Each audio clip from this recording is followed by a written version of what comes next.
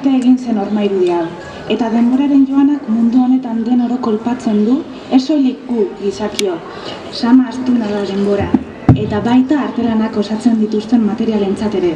Horregaitik zaintza eskatzen dute, gu geuk ere eskatzen dugun bezala, ezta?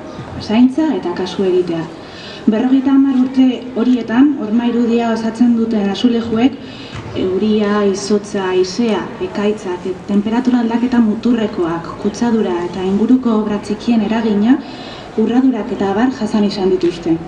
Eta gaitz horien guztien eraginez, pitzadura, arrakadak eta urratuak egin zaizki azulejuek, eta txikinkeria pilatu da han eta beira. Eta azuleju eta beira puskak galdu dira. Kalean egonik elementuen mende uste dugu ondo eutzi diotela denboraren joanari.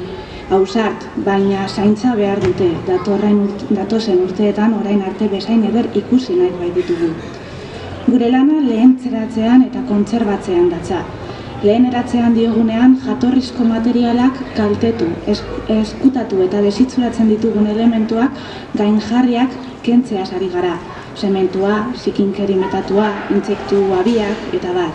Eta kontserbatzean diogunean, berriz, ondatutako azulejuen ezaugarri fisiko egokiak berreskuratzeaz ari gara. Gaur egungo teknikak eta tratamenduak bidarte azulejuak finkatu, itzati eta babesteko hartara aurreratzea dotore iraungo dutela ziurtatu ahal izateko. Sentsibilitatez, txukun eta errespetuz jokatu nahi dugu.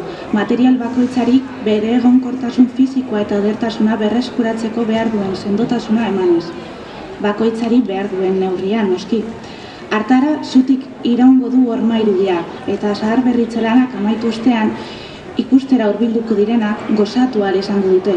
Belaunaldiz belaunaldi historioak baimentzen dion eta dugun bitartean. Eskerrik asko.